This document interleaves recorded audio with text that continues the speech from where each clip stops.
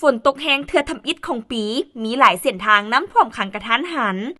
ตอนแรงวันที่28เมษายน2025เริ่มแต่เวลา 17 โมงได้เกิดมีลมพัดแห้งและเกิดมีฝนตกแห้งอยู่หลายบ่อนในนครหลวงเวียงจันทน์เป็นเวลาชั่วโมงกว่าเฮ็ดให้เกิดมีต้นไม้หักเกิดมีน้ำท่วมขังตามถนนหนทางหลายเส้นในตัวเมืองนครหลวงเวียงจันทน์เส้นเขตเมืองไซธานี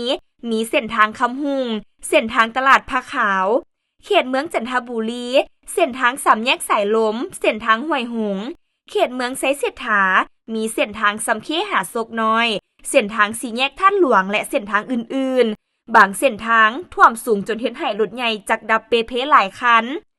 ฝนตกแห้งเทื่อทำอิฐของปีนี้ถึงแม้นว่าบ่ใช้เวลาดนแต่มันได้ส่งผลกระทบต่อผู้สัญจรและภาพรวมของนครหลวงเวียงจันทน์ถือว่าเป็นสัญญาณเตือนให้ภาคส่วนเกี่ยวข้องได้รับรู้ปัญหาแต่ต้นฤดูทางนี้ก็เพื่อจะได้ลงกฎการและแก้ไขเกี่ยมความพร้อมรับมือในฤดูฝนที่จะมาถึงนี้